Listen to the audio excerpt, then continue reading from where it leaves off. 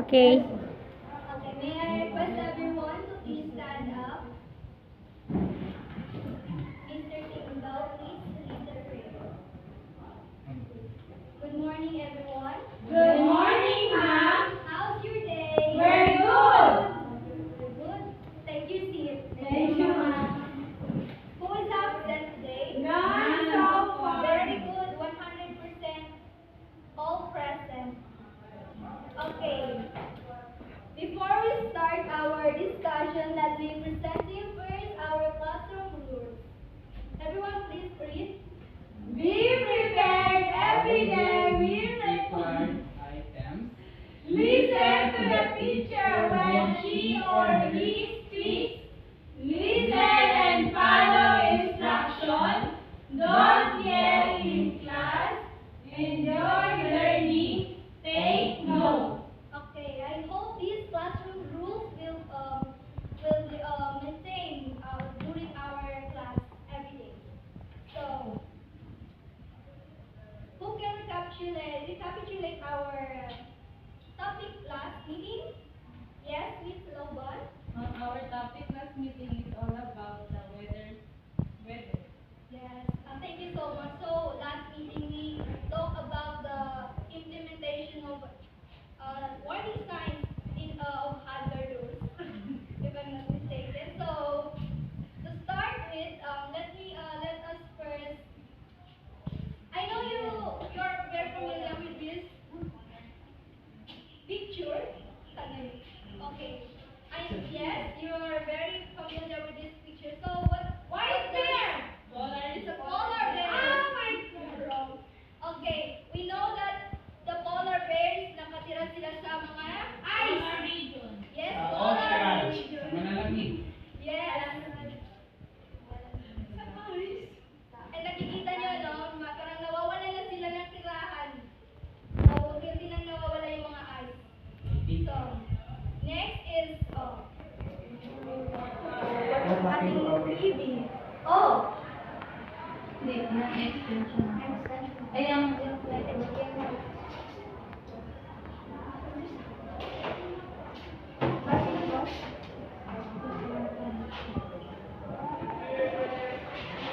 Okay. Thank you so much, Miss Loban. Okay, so take a look at this picture, no? Can you identify what is the inefficient gadget there? Or yung mga appliances na The inefficient? light bulb. heater. Heater. The stove. And then The this water. one, the The water. electric stove. Bakit sila inefficient? Kasi ma'am, Ma'am, kasi walang tao and then gumagana sila. Yes, exactly. So, There is no later on, people. malalaman natin ng mga kung ano yung magiging epekto pag ginagawa natin ito. yes, Okay, so let's proceed to our first activity. Well, you're just going to watch a video, and later on, you're going to share your ideas or your understanding about the picture. Yes? Yes, ma'am. Okay.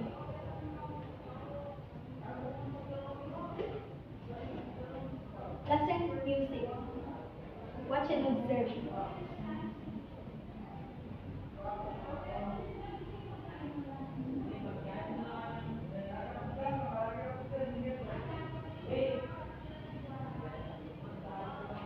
Okay, that's it. So I will call randomly.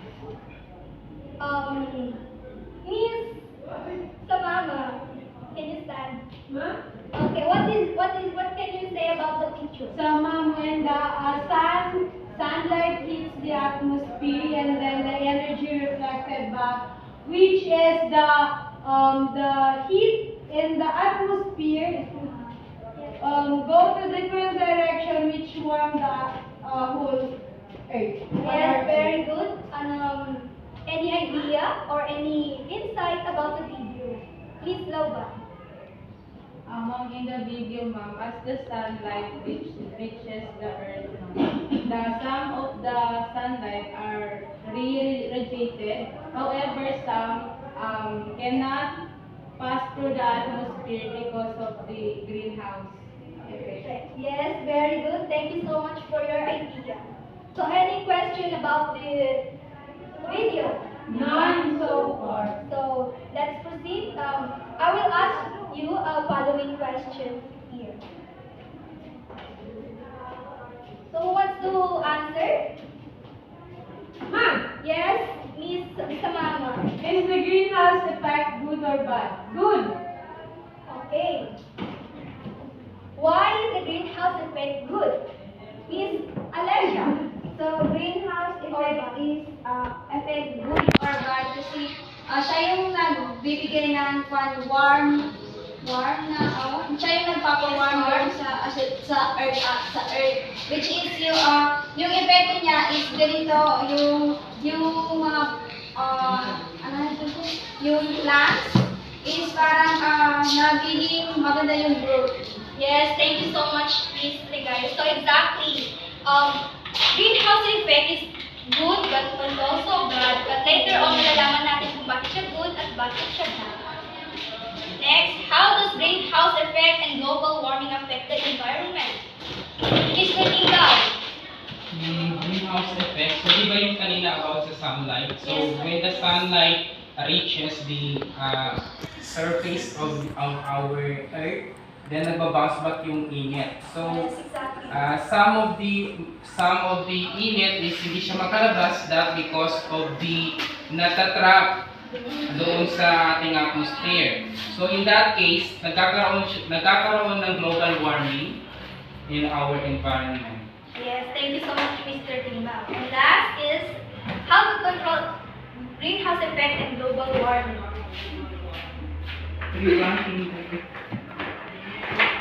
Yes, Mr. Timbao, may sinasabi ka. I think, ma'am, we can mitigate the greenhouse effect as well as global warming by plant more trees. Yes. And of course, iwasan niyo yung pagsusunog ng mga basura dahil because nag-cause din siya ng greenhouse effect. I think yun ma'am. Okay, thank you so much. So, to proceed with our discussion, let us first read our learning outcomes. So, everyone, please read.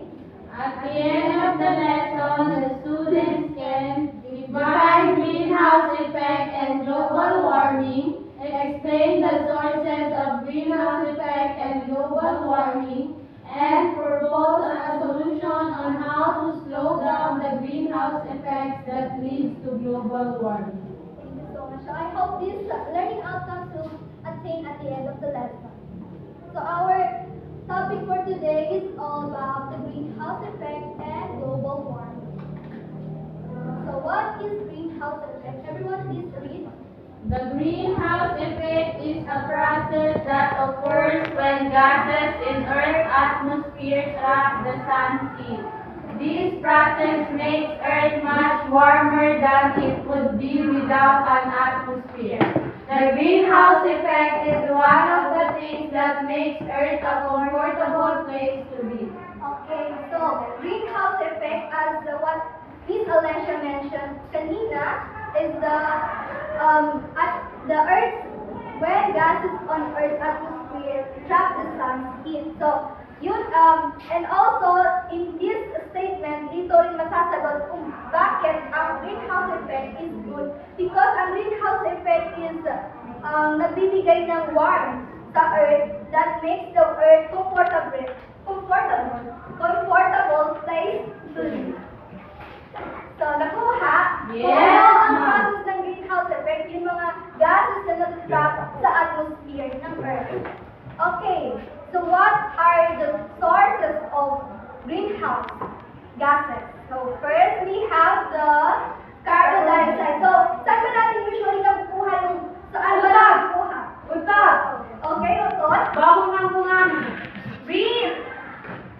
Ma'am, sa mga fossil fuels. Yes. So, manufacturer. Well, actually, dito sa volcano, pwede rin mag-produce ng carbon dioxide. Nagbibigay ng carbon dioxide ang volcanoes, plants and trees. Diba? Merong plants and trees in others, pala ng ang plants and trees kasi inukuha pala nila yung carbon dioxide na to make their own food. And methane dito sa ano paano na process Sa methane? tahi. Yes. Tahi ng mga animals. Kapag kinakain nila yung mga wheat, then nalalabas nila yun doon, naglalabas ng methane and the ozone layer. This is are the natural sources of greenhouse effect. So syempre ang mga human is contribute din sa pagbibigay ng greenhouse gases. So what are those? So human activities, so carbon dioxide comes from the burning of fossil fuels. So ano ba itong fossil fuels or burning of fossil fuels? Halimbawa yung mga coal. Yes. And as you can remember sa ating last discussion na it is one of the sources ng energy, right? Yes. And another is cutting down burning trees release carbon dioxide. No? So kanina nabanggit ko nga, di ba, yung mga plants and trees is kumukuha sila ng carbon dioxide para gumawa ng kanilang food. So kapag pinutol mo yung trees, magre-release sila ng carbon dioxide. Chlorofluorocarbons or CFCs. Are you familiar with this? Yes. So, ano ito siya? Ano to? Fire extinguisher? Exactly. As you can see naman, meron dito fire extinguisher. So, sila is nag-contribute din ng carbon dioxide sa ating environment. And the other one is the methane na nagagaling sa mga waste food, sa mga sa mga basura. So, kapag if those yung nakaklas sa picture is na mga human activities is sumobra ng paggamit, ibig sabihin mas maraming nalalabas ng carbon dioxide, and then pag maraming carbon dioxide na matatrap sa ating atmosphere, mas lalong iinit ang ating Earth, which leads to where? Global warming. So, what is global warming? Everyone, please read. Is a long-term reading of Earth's surface observed since the pre-industrial period between 1850 and 1900. Due to human activities, primarily fossil fuel burning, which increases heat trapping greenhouse gas levels in Earth's atmosphere.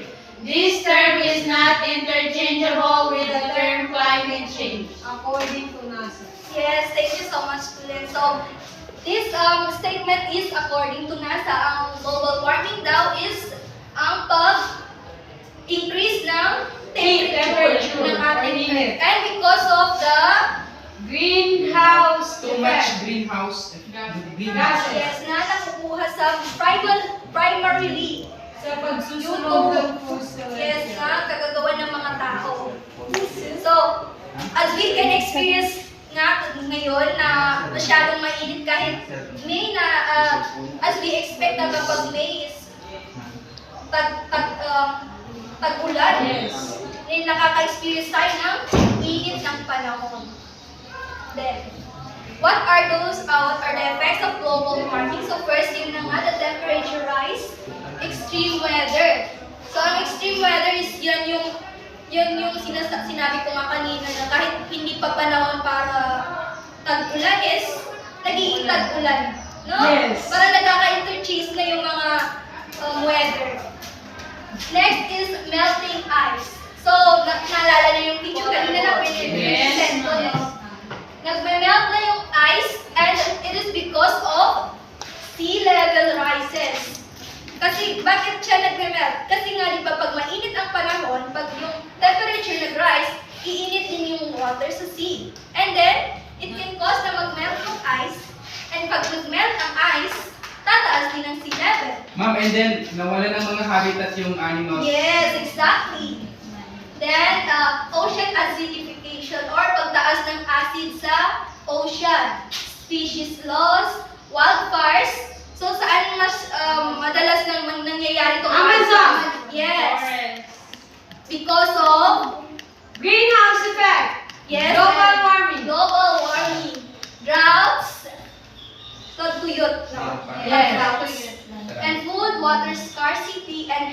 trees. So that's the effects of global warming. Any question? None so far. Okay, now let's proceed to the solution. Paano natin ma-avoid or ma-reduce ang effect ng global warming? So we have the afforestation and conservation. So those are one is mga samlang. Dahil marami pang solutions na pwede natin Start our So first, as Mr. Kimbao mentioned kanina, replanting, pagtatanim. One of the solution, di ba? Kapag hindi naman natin naiiwasan yung pagputol and then mag-replant tayo. Then energy and water efficiency, pag titipid ng paggamit ng water and energy. Reduce, reuse, and recycle. So, huwag tayo magtatapon ng basura. Sustainable transportation. That's why in-encourage nila paggamit ng e-cars and bikes. And the solar and wind turbine, which is the renewable energies. So, any questions? None so far. Okay, so since wala nang tanong, let's proceed to our last activity. So, I will divide you into two groups. So, this is the group 1 and this is the group 2. So, what we're going to do is, the first group will give the impact of human activities that leads to global warming using Canva. So, both groups gagamit kayo ng Canva. Then, the second group will mag-propose ng mga solution on how to reduce greenhouse effect in global warming. And you can present your output in front briefly. And your presentation will be graded using the rubrics. So, meron din ako dito na-prepare na analytic rubric. So, you may now start. I will give you 10 minutes pala to do your work. May question ba? Yes. Meron. Okay. Ma'am, saan po ang link? Nasend ko siya sa GD. You can visit it. Last night, I asked you to try it. Ma'am, ito ma'am? Yes. Open it and then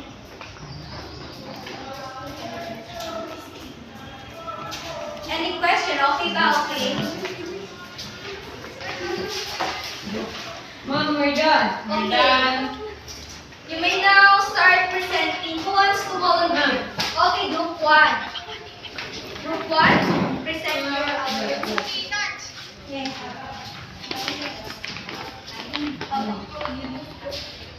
So, to our presentation, we use Canva, which is the impact of human on our Earth. So, the first one is the climate change. So, climate change, which is dito nangyayari yung greenhouse emissions, which is yung burning fossils, deforestation, industrial fossils, and the like for example yung mga carbon dioxide. And sunod nun is the deforestation. So deforestation naman dito yung mga loss biodiversity and the climate impact result erosion.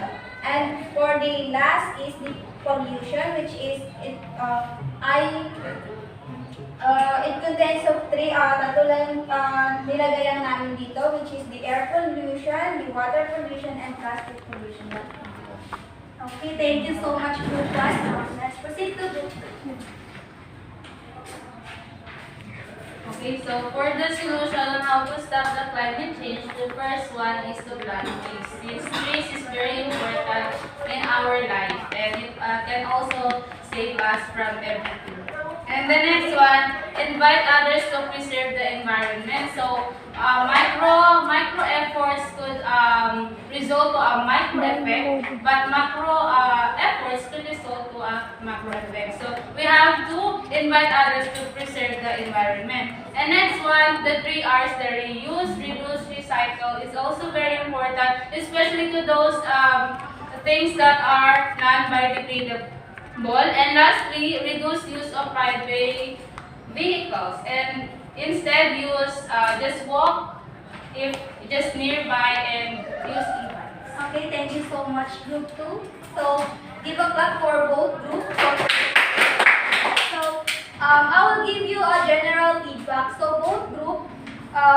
got a perfect score. So, nabigay naman nila yung content, 4 points kasi nagbigay sila ng new informations, presentation na present naman, and creativity. I see na maganda yung paggawa nyo and nag-improve talaga guys sa paggawa ng pag-design sa Canva, and teamwork. I see na all groups work